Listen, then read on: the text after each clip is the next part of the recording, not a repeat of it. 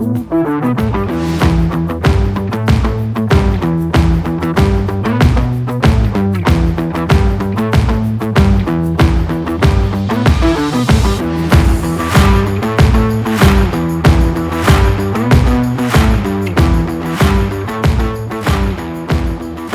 and welcome to the Self-Storage Made Simple podcast. I am Thaddeus Campbell. Pleasure to be joined by somebody who I've run into many times in the self-storage industry. Was lucky enough to attend a mastermind event with him a couple years ago.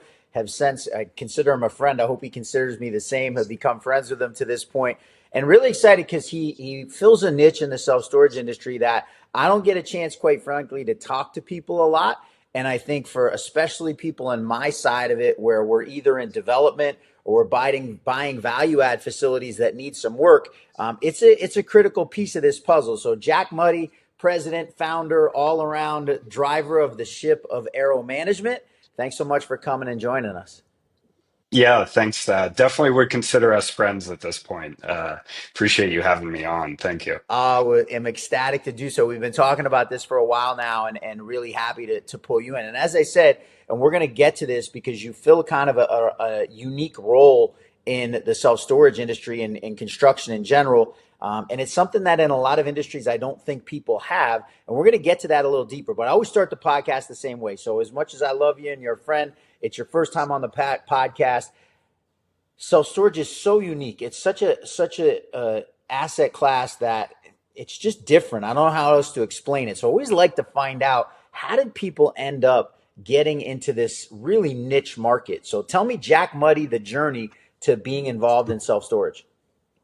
Yeah. Thanks for asking. I've watched the pod a few times, so I knew the question was coming. I love it. Yeah, so appreciate it. Yeah, my path is probably a little non-traditional. So, like you mentioned, the majority of my career has been in construction, and that's how I found self-storage is through a construction path, and that was really through Spartan Investment Group. So I joined Spartan Investment Group in 2021. I had actually just gotten back from Antarctica, believe it or not, supporting projects down there for the government. And as you can imagine, this was during COVID, mid 2021. So government got real boring real fast, the projects I was supporting down there, and started to look to get back into the private world of construction. And I found Spartan here in the Denver area. And that was really my entrance into self-storage. When I joined Spartan, the intent was for me to kind of work as an internal construction manager, owner's rep, similar to what I'm doing now with Aero. And we quickly pivoted to building a general contractor in-house at Spartan to support the self-storage industry. So I got a crash course in building self-storage. The majority of my experience has been in constructing other asset types, multifamily, office. I did a lot of adaptive reuse when I was in DC. That's where I'm from originally, where a lot of my early career was spent. So learning a new asset class was exciting. It was fun to help Spartan grow SCM, Spartan Construction internally, and really get to know the industry through that experience. I think you touched on it. It is a really unique and nuanced industry. I think for me, the reason that I've chosen to create Aero and help to continue to support the self-storage industry specifically is really that I've enjoyed getting to know the community, and the community is and I know you talk about this a lot on this podcast, but the community is very unique and very special. I've never been a part of a real estate asset class, broadly speaking, that is so supportive, so communal. And it's always exciting, running into the same people, being able to talk about the industry. And you and I, Thad, are obviously a great example of that. Like you mentioned, we Yeah. we met at a self-storage mastermind, and we've become friends ever since, right? And Yeah. we continue to run into each other at conferences and chat about the market and the industry. So that's what brought me in, and that's what's kept me. I love it, and it's funny. I have this conversation with my wife all the time because I've never had a lot of friends. Like I have a couple of very very close friends.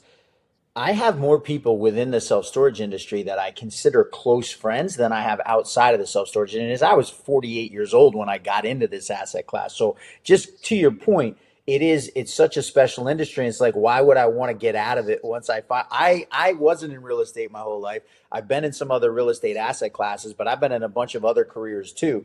And just nothing like it, which is really neat. So now we're gonna make this podcast about you though, not about me. So many doors that you opened with those answers. I'm gonna go down one that I hope is quick, although if it turns longer, you mentioned Antarctica.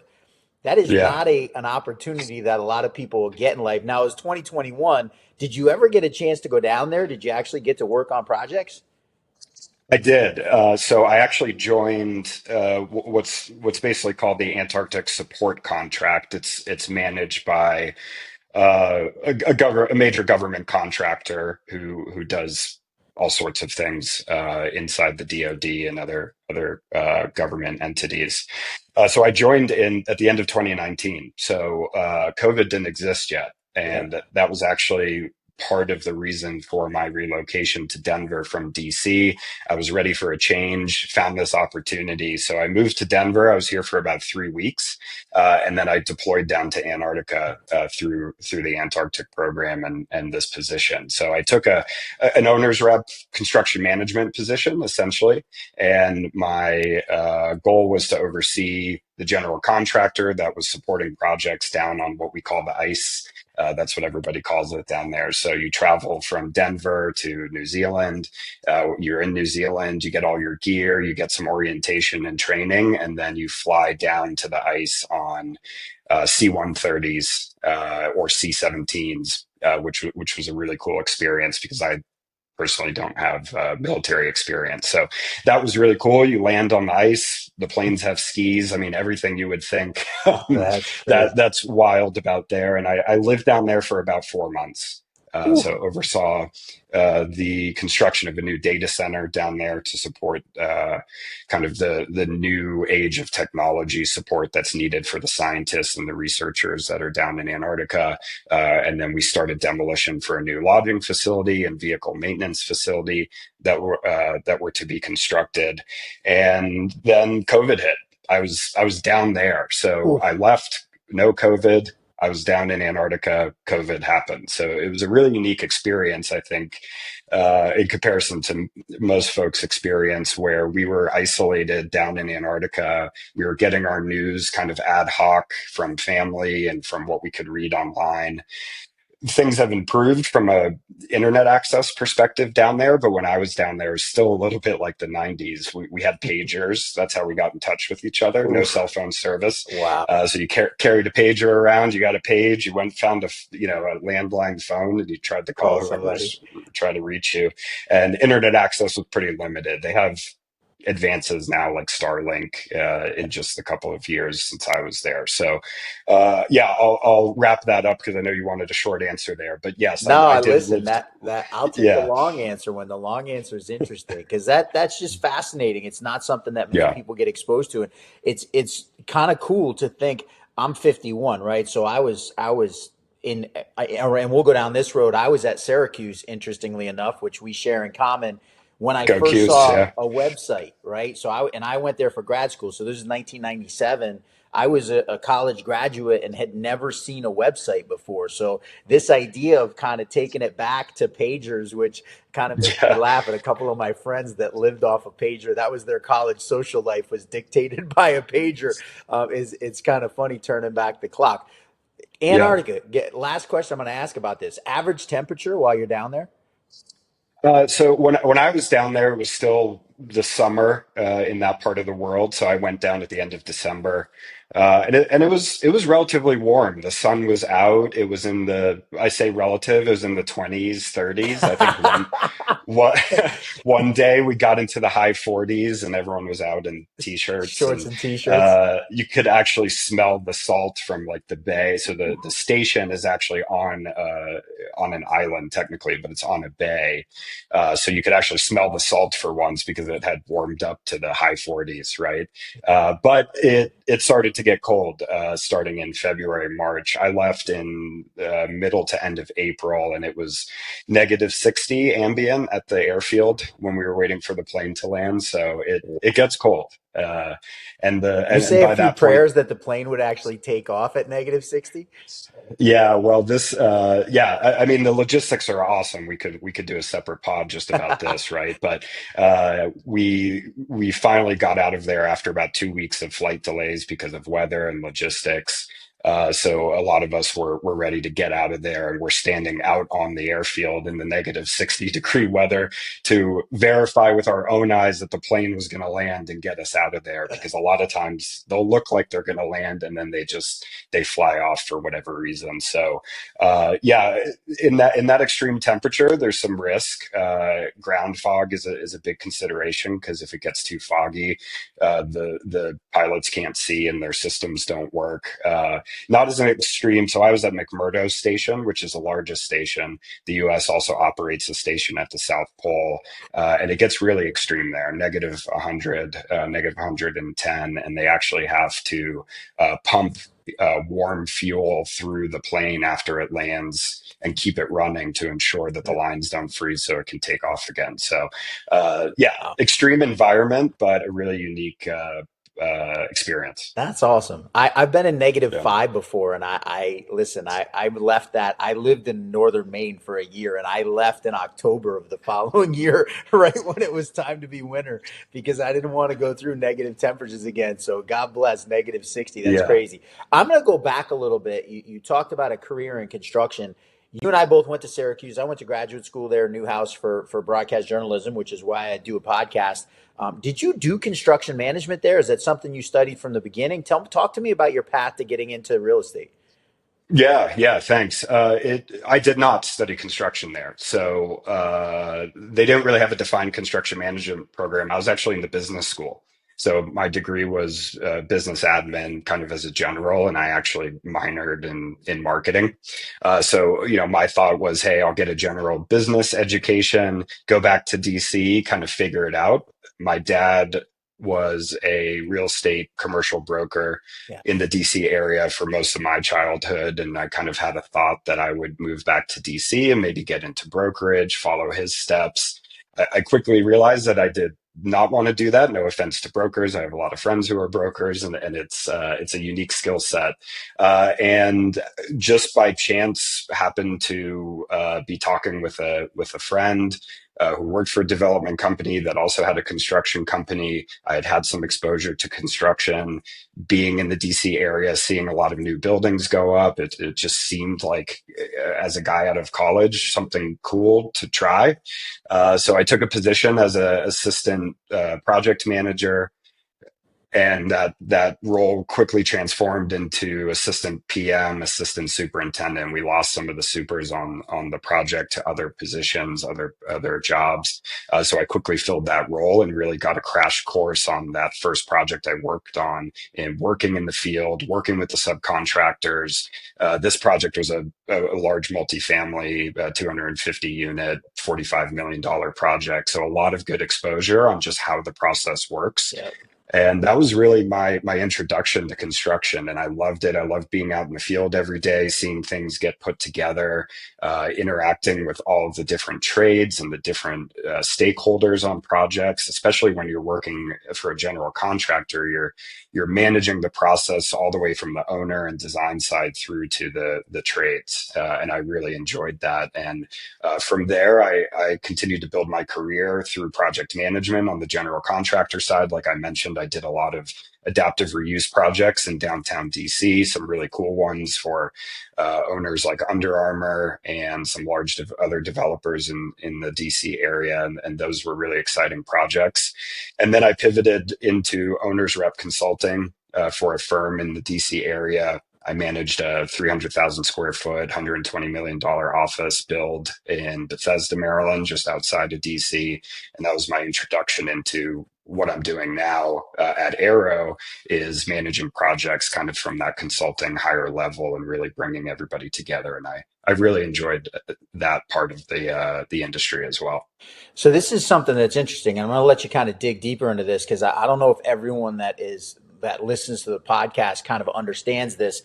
It's something I was first exposed to. joined Legacy Developers when I first started in self storage in 2021. And we happen to have somebody who fills a similar capacity that was working with us at the time, have since met a couple of people that fill that niche. But you're talking about, obviously you're talking about humongous projects in DC. And anybody I think the first time I was in Washington DC was 1992. And if you see it from then to now, the simple Oh yeah. amount of incredible construction, the billions upon billions of dollars. So what a perfect market to kind of cut your teeth in. But if we're building a Class A self storage facility in 2024, we're talking minimum. You're like a $12 million project all in. As an owner and as a developer, which is what we do at Safe Storage USA, now starting to do ground up development, there's so many opportunities there to lose money because of things you don't understand. So I kind of want to have you take me through this idea of an owner's rep, right? Not a GC, not a general contractor who you're signing the contract with to actually build the thing, but somebody who's an owner rep. So kind of take me through what that means, why it's important, how financially does that benefit a developer? Yeah, I appreciate the question. So, to your point, from my perspective, it doesn't matter if it's $100 million project or a $10 million project or even a $2 million expansion, to your facility and self storage. What remains across all of those different projects types is risk. You kind of touched on it, right? So there is risk during design. There is opportunity to mitigate that risk, reduce costs during the design process for things that may pop up during construction, right? Uh, During the permitting process, there's risk in what your comments are going to be from the municipality that you're submitting to. And then during the construction process, there's always risk and exposure as well for the owner. So from my perspective, what the owner's rep really helps with, and again, it doesn't matter if it's $100 million project or a $10 million ground up multi-story storage facility. The owner's rep really takes a look at the full picture and that risk profile and helps the owner through that phase and provides that construction experience and expertise to not only mitigate risk but to manage the process. Those are really the two things that I focus on at Arrow, and I try to provide value for our clients is managing that risk and managing the process. And again, the process for construction is very similar across all the different asset classes. So where the value comes in, and you specifically said, cost savings, financial upside or benefit to using an owner's rep, is being able to foresee what might happen, especially specifically with my self storage experience and assessing self storage projects all the way from the beginning to the end, and reducing the cost exposure and risk for the owners throughout that process. Most projects these days, depending on the type of contract with the general contractor, has a contingency built in. But that doesn't always relieve that that exposure for the owner. And having somebody that's experienced that can help you through every stage, value engineer as well. I mean, that's a big part of what we do at Arrow, is helping at the design process, getting in early with the developer and the design team and saying, hey, here are some things that we can change, here are some things we can adjust in the design that can help reduce the construction costs before it even gets bid out, right? And then through that process of bidding it out or negotiating it with the general contractor, having that opportunity to continue to value engineer, reduce that cost for the owner. That's especially important today when projects are having difficulty penciling, not only because of the broader macro environment that we're in, but also as construction costs we continue to see them rise, right? So value engineering through that design process to reduce the cost exposure during bidding is really important as well. This is supposed to be a fun and uplifting podcast, Jack, and you're talking to me, I know, you're sorry. making me feel bad as someone who's trying to make a living as a developer, all too aware of all the different pressures that are happening that are making it really hard to pencil a project.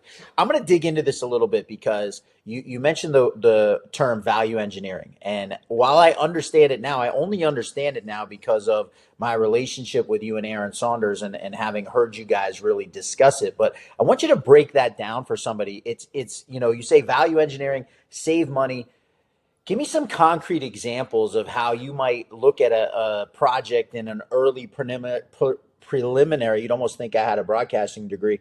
Preliminary stage, and what are some things that you might be able to identify where, hey, we might not want to do this from a long term risk and cost perspective.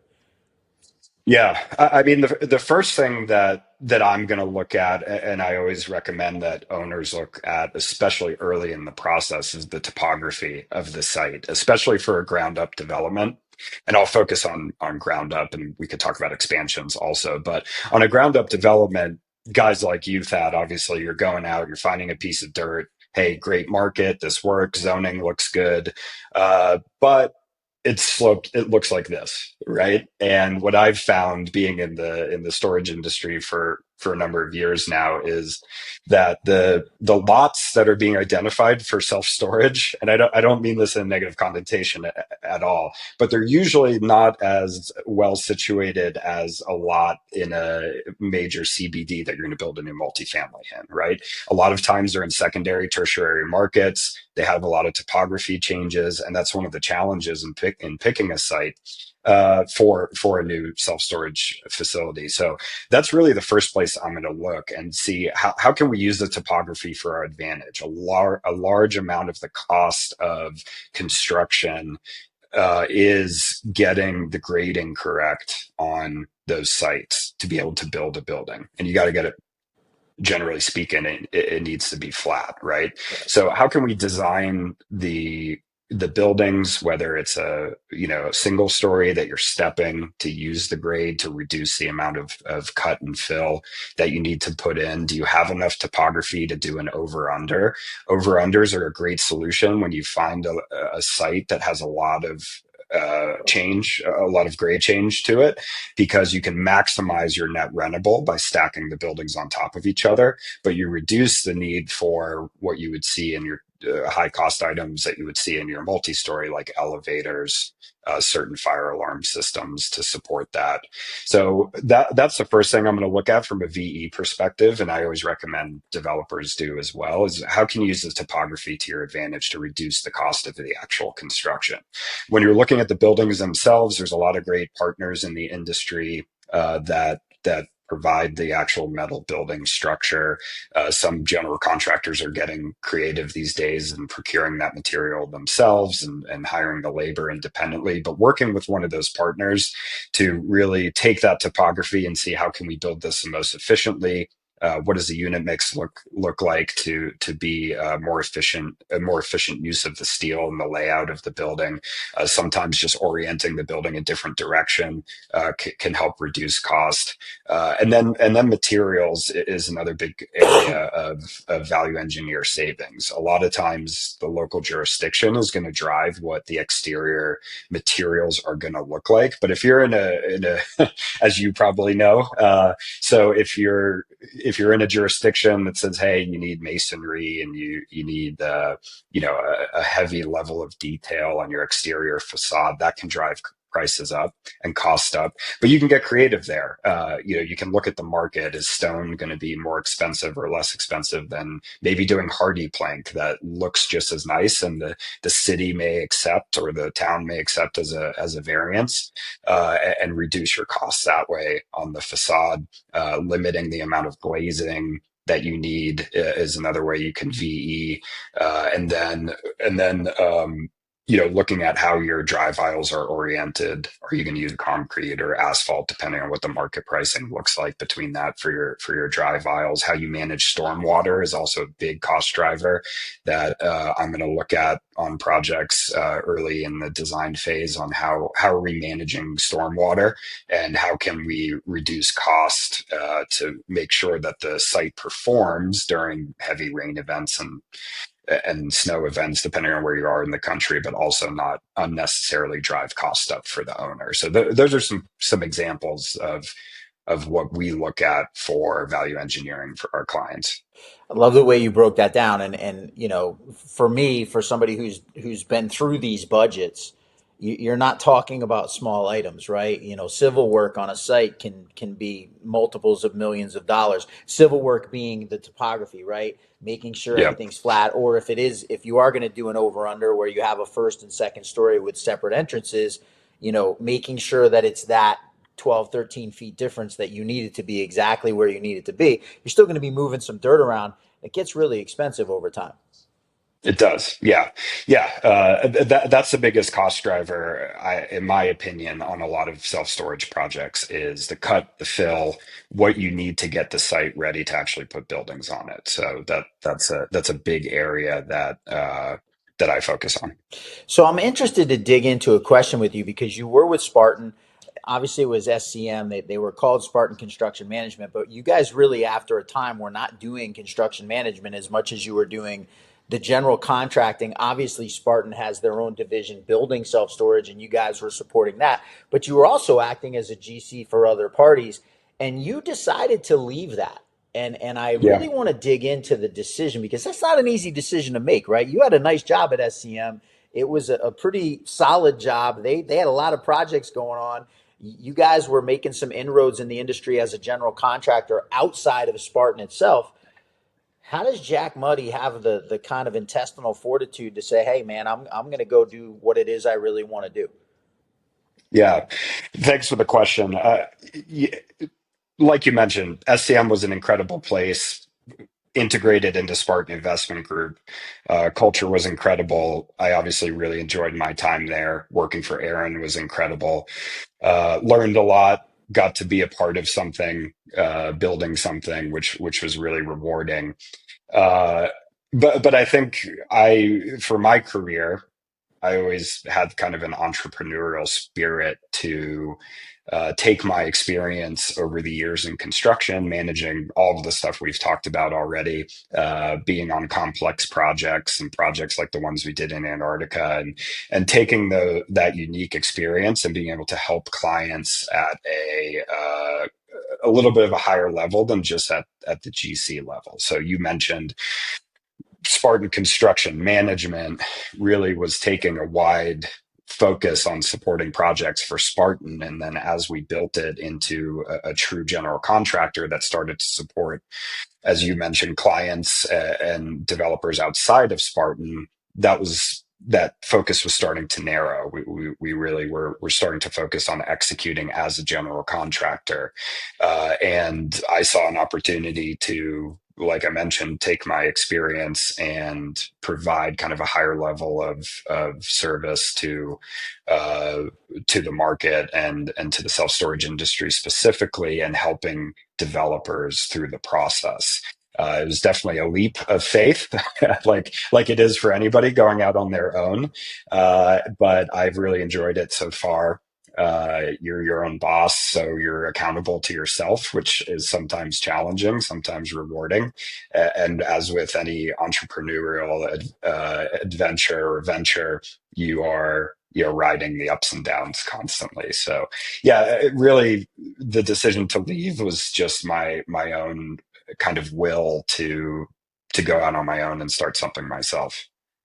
Man, so many more questions that I can go down the road. I always honor people's time, and I keep this to 30 minutes or as close to it as I can. And I'm going to ask Jack if somebody wants to get a hold of you and they see maybe a desire to use your services or pick your brain a little bit more about what you bring to the table for them on projects they might be working on. How does someone get a hold of Jack Muddy and Aero Management? Yeah, easiest way, my direct email is jack@aero-cm.com. That's the website as well, so you can find me there. I'm actually as we're talking today, I'm reworking the website to provide a little more information to potential clients. So that's the easiest way to reach me. And thanks for allowing me to have that shout out here. No, no problem at all. And for those of you, if you have any trouble getting a hold of Jack at all, I certainly know how to reach him very easily. So if you can't get a hold of him, get a hold of me and I'll get you guys in contact. Jack, man, thanks so much for joining me. Thanks for being a friend. Thanks for being somebody who's just been so welcoming and kind within the industry and wishing you nothing but success in your endeavors.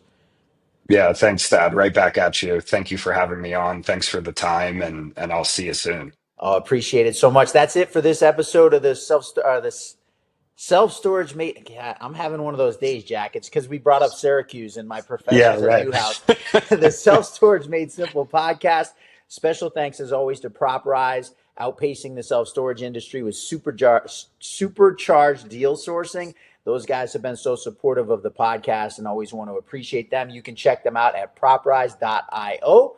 We will be back next week with another guest. And for this week, Jack Muddy, thank you so much. Guys, hit the subscribe button on YouTube, hit the like button, put questions in there. If you have questions you want to ask Jack, we'll get them to him. Thank you guys for all the support.